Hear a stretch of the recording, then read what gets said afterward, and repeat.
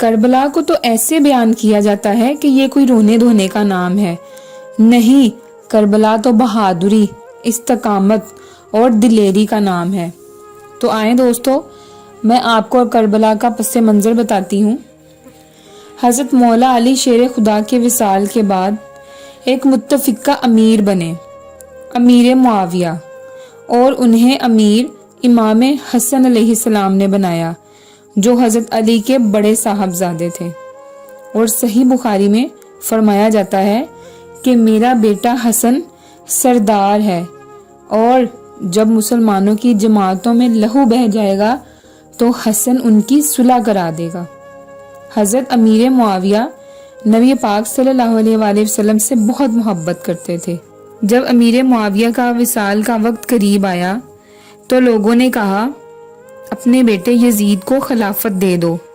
تو حضرت امیر معاویہ نے یزید کو بلایا اور کہنے لگے، اگر 3 لوگوں کے سامنے تم خلافت پیش کرو اور اگر وہ مان جائیں تو خلافت کر لینا، اور اگر نہیں مانے تو چپ کر کے گھر بیٹھ جانا۔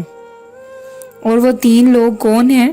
وہ 3 لوگ ہیں جناب عبداللہ ابن عباس، حضرت عبداللہ بن زبیر اور امام حسین۔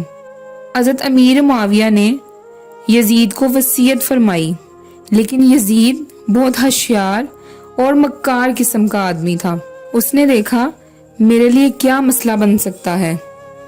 اس نے سب سے پہلے ولید بن عتبہ، جو کہ اس وقت مدینے کا گورنر تھا، عرب میں رواج تھا کہ جب تک نئے خلیفہ کی بیعت نہیں کی جاتی تب تک پرانے کے مرنے کی خبر نہیں دی جاتی تھی۔ کہتے ہیں کہ ولی عہد اچھی طرح قبضہ کر لے پھر بتایا جائے گا، لہٰذا یزید نے بھی ایسے ہی کیا۔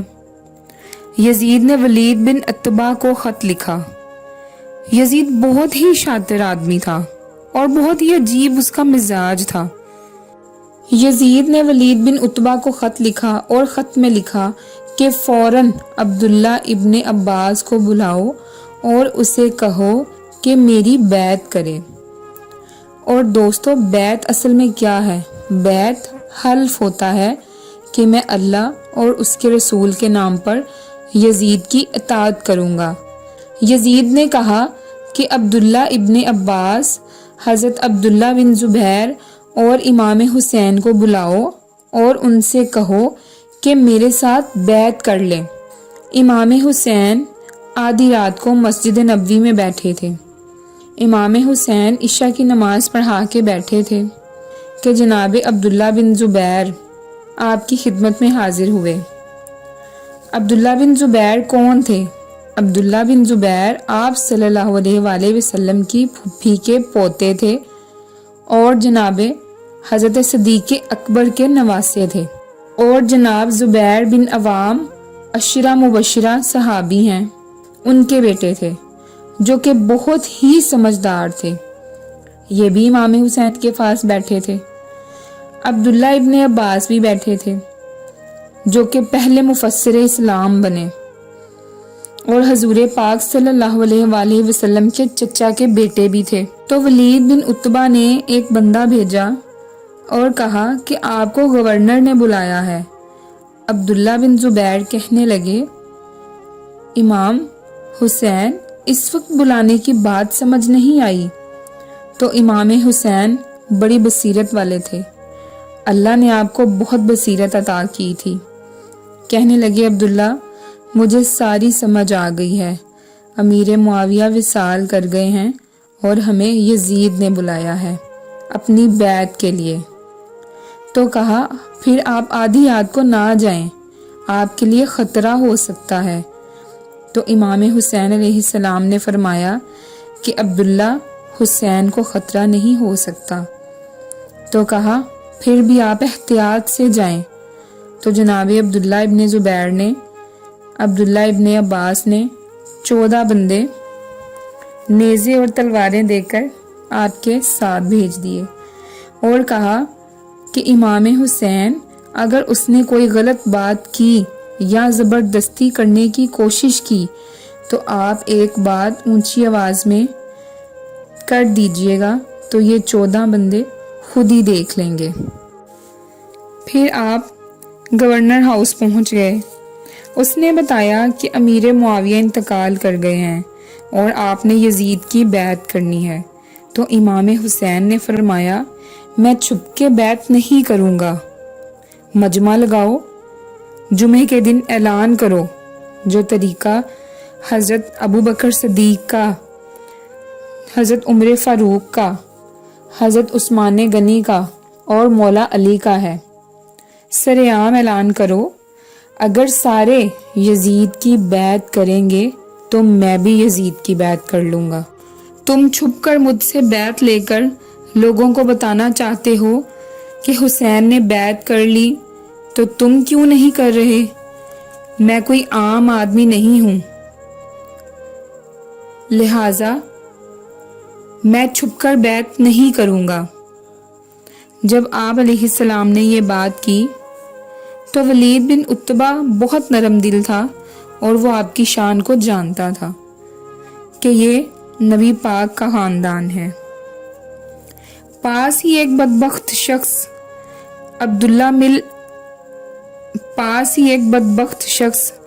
عبد الملک بن مروان بھی بیٹھا تھا۔ وہ ولید سے کہنے لگا اگر آج حسین تمہارے ہاتھ سے نکل گئے تو تمہارے لیے بہت برا ہوگا، لہٰذا انہیں جانے نہ دینا۔ تو امام حسین کے کانوں میں آواز گئی، فرمانے لگے اے ابن مرجانہ، اگر تیرے میں جرت ہے تو آ میرے سامنے، یہ کانا پھوسی نہ کر، باہر آؤ، میں تمہیں ابھی بتاتا ہوں کہ حسین سے مقابلہ کرنے کا انجام۔ یہ کہہ کر امام حسین باہر نکلے، اپنے بھائی محمد بن حنفیہ کو بلایا، عبداللہ بن زبیر اور عبداللہ ابن عباس کو بھی بلایا۔ آپ کے پاس ڈھیر سارے لوگ اکٹھے ہو گئے۔ آپ نے لوگوں سے رائے لی، سب نے کہا یہ وقت مناسب نہیں، ہم مکہ سے، عراق سے اور کوفہ سے لوگوں کو بلاتے ہیں اور پھر مجلس مشاورت قائم کرتے ہیں۔ امام حسین نے فرمایا یہاں تم سب کی مشاورت کرو، اور وہاں وہ ولید اور عبد الملک بن مروان تو جنگ کے لیے تیار ہیں۔ اور امام حسین فرمانے لگے کہ نبی پاک نے فرمایا تھا ایک مینڈا ہوگا جس کی وجہ سے مدینے کی گلیوں میں لہو بہے گا، تو فرمایا میں وہ مینڈا نہیں بننا چاہتا۔ کہنے لگے تو پھر آپ کیا کریں گے؟ فرمایا میں مدینہ چھوڑ جاؤں گا، لیکن مدینے کی حرمت پامال نہیں کروں گا۔ امام علی مقام رات کو نکلے۔ سیدہ فاطمہ کا دروازہ ایک اس دن بند ہوا تھا جب حضرت علی کوفہ چلے گئے تھے، اور ایک آج پھر سے بند ہوا جب امام حسین وہاں سے نکلے۔ آپ جنت البقیع کے پیچھے کھڑے ہو کر نانا جان کا روزہ دیکھنے لگے۔ اس وقت گنبد خضرا تو نہیں تھا۔ نانا تیرے کرم کے خزینے کی خیر ہو، میں جا رہا ہوں مدینے کی خیر ہو۔ سارا خاندان لے کر مکے میں تشریف لے گئے۔ حج کے ایام قریب آنے والے تھے۔ جب آپ مکہ پہنچے تو کوفہ سے خط آنے لگے، حضور آپ وہاں بیٹھے ہوئے ہیں، یہاں یزید ہم پر مسلط ہو گیا، اگر آپ نہیں آئیں گے تو ہم اللہ کے حضور شکوہ کریں گے کہ ہماری کمان کرنے کو کوئی تیار نہیں تھا۔ خط اتنے آئے کہ آپ کے پاس 3 بوریاں بھر گئیں۔ مکہ کے تمام لوگوں کو اکٹھا کیا گیا اور کہا گیا کہ وہ بلا تو رہے ہیں لیکن وعدوں کے پکے نہیں ہیں، لہٰذا آپ نہ جائیں، حالات ٹھیک نہیں ہیں۔ امام حسین نے فرمایا دین کے خلاف میں غلط حکمران نہیں آنے دوں گا، لہٰذا وہ جھوٹ ہیں یا سچ، لیکن میں جاؤں گا۔ امام علی مقام کے ساتھ تمام صحابہ اور ان کے بچے بھی تیار ہو گئے، کل 72 لوگ تھے۔ آپ نے فرمایا چلو پھر ایسا کرتے ہیں، مسلم بن عقیل کو بھیج دیتے ہیں۔ مسلم بن عقیل بہت معاملہ فہم، بہت سمجھدار اور جرت مند تھے، لہٰذا ان کو کوفہ بھیجا گیا۔ اور آپ اپنے ساتھ اپنے 2 بیٹے بھی لے گئے۔ تب کوفہ میں گورنر نعمان بن بشیر تھے اور اہل بیت سے بے حد محبت کرنے والے تھے۔ عبداللہ ابن زیاد کوفے کا گورنر نہیں تھا۔ جب گورنر نے دیکھا کہ مسلم بن عقیل آئے ہیں تو 17,000 لوگوں نے آپ کی بیعت کی۔ 2-4 دن میں 40,000 لوگوں نے بیعت کر لی۔ یزید کے وفاداروں نے اسے خبر دی کہ گورنر تو بہت نرم دل ہے، اور 40,000 بندہ امام حسین کی طرف چلا گیا۔ اگر 1 دن اور مسلم بن عقیل رہے تو جو دورہ گورنر بیٹھے ہیں ان کو گورنر ہاؤس سے نکال کر مسلم بن عقیل کو بٹھا دیں گے۔ یزید نے ہوشیاری کی۔ اس نے عبداللہ ابن زیاد کو ایک اور علاقے کا گورنر بنا دیا۔ اس سے کہا کہ میں تمہیں ایک اور صوبہ دیتا ہوں، تم کوفہ جاؤ اور وہاں جا کر مسلم بن عقیل کو گرفتار کر لو۔ عبداللہ ابن زیاد بہت ظالم اور بہت بدبخت شخص تھا۔ اس نے کیا کیا، وہ آدھی رات کو آیا، منہ چھپایا ہوا اور جبہ پہنا ہوا، اور وہ بہت چپکے سے اندر داخل ہوا اور گورنر ہاؤس پر قبضہ کر لیا اور نعمان بن بشیر کو معزول کر دیا، اور پھر لوگوں کو دھمکیاں دی، ان کے سرداروں کو بلایا، انہیں دھمکیاں دی کہ اگر کسی نے میری بات نہ مانی تو میں کچھ بھی کر سکتا ہوں۔ اس ظالم کے آنے سے پہلے 40,000 لوگ آپ کے ساتھ تھے، لیکن اگلے دن جب مسلم بن عقیل نے مسجد میں ظہر کی نماز پڑھائی تو 5-7 ہزار لوگ آئے، اور جب مغرب کا وقت آیا تو چند ایک مسلمان آپ کے پیچھے کھڑے رہے۔ انہوں نے بھی ہاتھ چھوڑ دیے، اور جب تک آپ نے سلام پھیرا تو آپ نے اپنے آپ کو اکیلا پایا۔ لہٰذا عبید اللہ ابن زیاد نے مسلم بن عقیل کو گرفتار کر لیا۔ عرب کا رواج تھا کہ دشمن کو سخت سزا دی جاتی تھی تاکہ وہ باعث عبرت بنے۔ عبید اللہ ابن زیاد نے مسلم بن عقیل کو گرفتار کر کے کوفہ کے گورنر ہاؤس کے سب سے اونچے مینار پر لے جا کر آپ کو نیچے گرا دیا، اور آپ شہید ہو گئے۔ شہید کو چوک میں لٹکا دیا گیا تاکہ لوگ دیکھیں اور عبرت حاصل کریں۔ اور مسلم بن عقیل نے شہید ہونے سے پہلے امام علی مقام کو خط لکھ دیا تھا کہ آپ آ جائیں، یہاں کے حالات بہت اچھے ہیں۔ امام علی مقام مکہ سے کوفہ کی جانب چل پڑے۔ جب آپ چل پڑے تو راستے میں فرزخ شاعر ملا، وہ بھی محب اہل بیت تھا۔ اس نے امام حسین کو کہا، کہاں جا رہے ہیں؟ فرمایا، میں کوفہ جا رہا ہوں۔ کہنے لگا، نہ جائیں، وہاں کے لوگوں کے دل تو آپ کے ساتھ ہیں لیکن تلواریں آپ کے خلاف ہیں۔ اور فرزخ شاعر نے بتایا کہ حضور، میں مسلم بن عقیل کی لاش کو کوفہ میں لٹکتے ہوئے دیکھ کر آیا ہوں۔ فرمانے لگے، میرا بھائی لٹکا ہوا تھا، کہیں کسی کے آگے جھکا تو نہیں؟ کہا نہیں۔ تو آپ نے فرمایا، اگر مسلم بن عقیل لٹک گیا ہے تو حسین بھی لٹک جائے گا۔ آپ بچوں سمیت آئے۔ پھر حر بن یزید آئے، مختصر سا لشکر لے کر۔ اس نے آپ کو ایک جگہ پر روکا، پھر دوسری جگہ پر روکا، اور پھر تیسری جگہ پر۔ پھر آپ نے پوچھا، حر، یہ کون سی جگہ ہے؟ کہا، حضور، یہ کرب و بلا ہے۔ فرمایا، بس یہی خیمے لگا دو۔ حضرت سیدہ زینب نے پوچھا، آپ کو سب نے روکا ہے، آپ رکے نہیں، مانا کہ آپ حق پر ہیں؟ تو امام علی مقام رونے لگے اور فرمایا، بہن، میں رک جاتا، لیکن خواب میں نے نانا مصطفیٰ کو دیکھا ہے۔ نانا جان نے کہا، حسین، اگر یہ رواج پڑ گیا تو یہ پڑا ہی رہے گا، پھر لوگ ظالموں کے سامنے گردنیں جھکانے کے عادی ہو جائیں گے۔ حر نے کہا، مجھے حکم ہے آپ کو روکنے کا۔ فرمایا، وجہ؟ کہنے لگا، آپ بیعت نہیں کر رہے یزید سے، حالات آپ کے حق میں نہیں ہیں، امام آپ رک جائیں۔ پھر ظہر کی نماز کا وقت ہوا، حضرت علی اکبر نے اذان پڑھی تو حر کے لشکر نے امام حسین کے پیچھے نماز پڑھی۔ فرمایا، تم مقابلے کے لیے آئے ہو اور نماز میرے پیچھے پڑھ رہے ہو؟ کہا، حضور،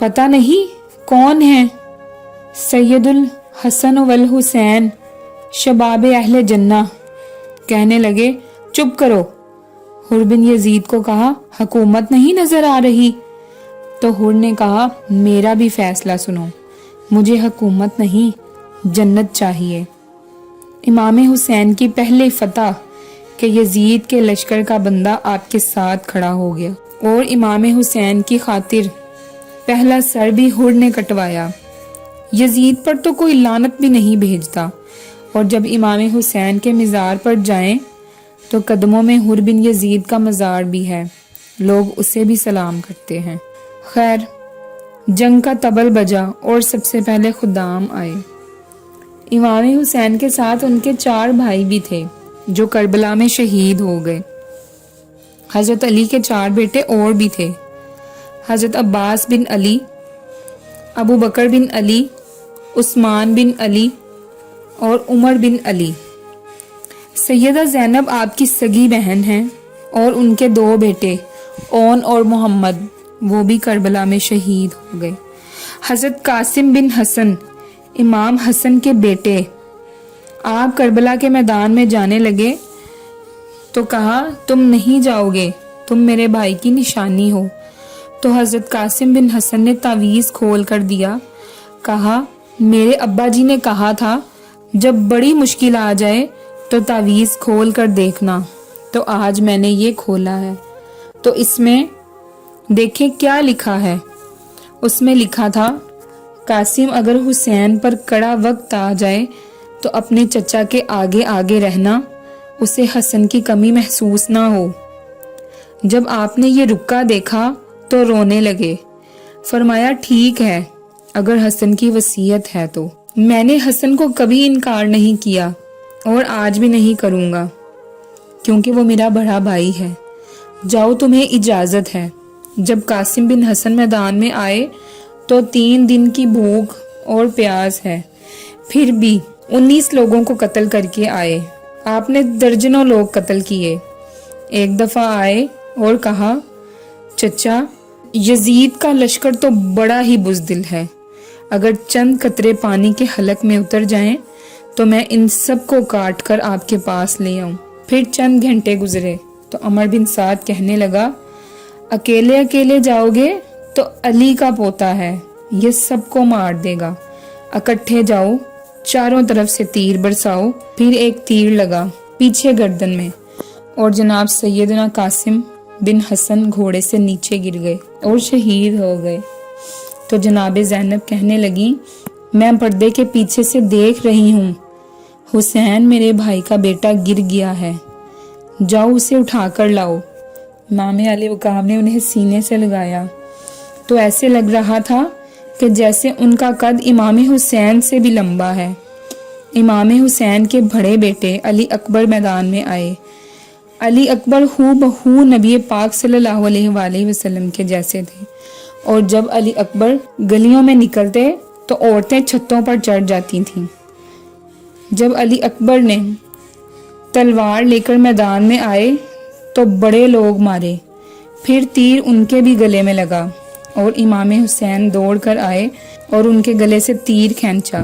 اس پر امام طبری نے لکھا ہے تیر کھینچا تو امام حسین کی آنکھوں میں آنسو آ گئے، اور فرمایا کہ کاش جناب ابراہیم علیہ السلام آج میرے سامنے ہوتے تو میں انہیں کہتا کہ آپ نے تو بیٹے کو ذبح کرتے ہوئے آنکھوں پر پٹی باندھ لی تھی، دیکھو میں کھلی آنکھوں سے بچے ذبح کر رہا ہوں۔ حضرت علی اصغر کی گردن پر بھی تیر لگا، 6 مہینے کا بچہ بھی شہید ہو گیا۔ خون اچھالا آسمان کی طرف اور کہا اللہ دیکھ لو میں نے 6 مہینے والا بھی نہیں بچایا۔ پھر حضرت عباس کو بیٹیوں نے کہا اب ہم سے پانی کے بغیر نہیں رہا جا رہا، تو آپ پانی لینے نکلے۔ آپ نے مشکیزہ بھرا، ایک ہاتھ کٹا، مشکیزہ دوسرے ہاتھ پر رکھا، دوسرا ہاتھ کٹا، پھر گردن کٹی، بچوں کی گردنیں کٹی۔ تو امام حسین کہنے لگے اے اللہ اب میری کمر کمزور ہو گئی۔ تھوڑی دیر گزری تو امام علی مقام نے پٹکا باندھا، سر پر نبی پاک صلی اللہ علیہ وآلہ وسلم کا امامہ باندھا، ہاتھ میں مولا علی کی تلوار پکڑی، گھوڑے پر سوار ہوئے تو کہنے لگے زینب گھر تیرے حوالے اور میں اللہ کے حوالے۔ اور پھر امام حسین نکلے۔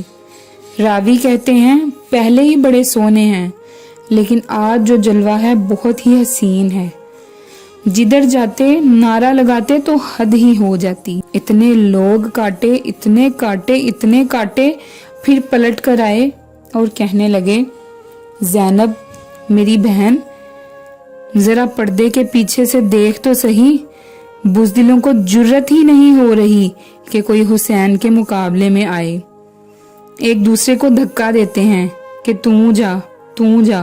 یہ کون ہے کٹا ہوا، لباس ہے پھٹا ہوا، یہ بالیقین حسین ہے، نبی کا نور عین ہے۔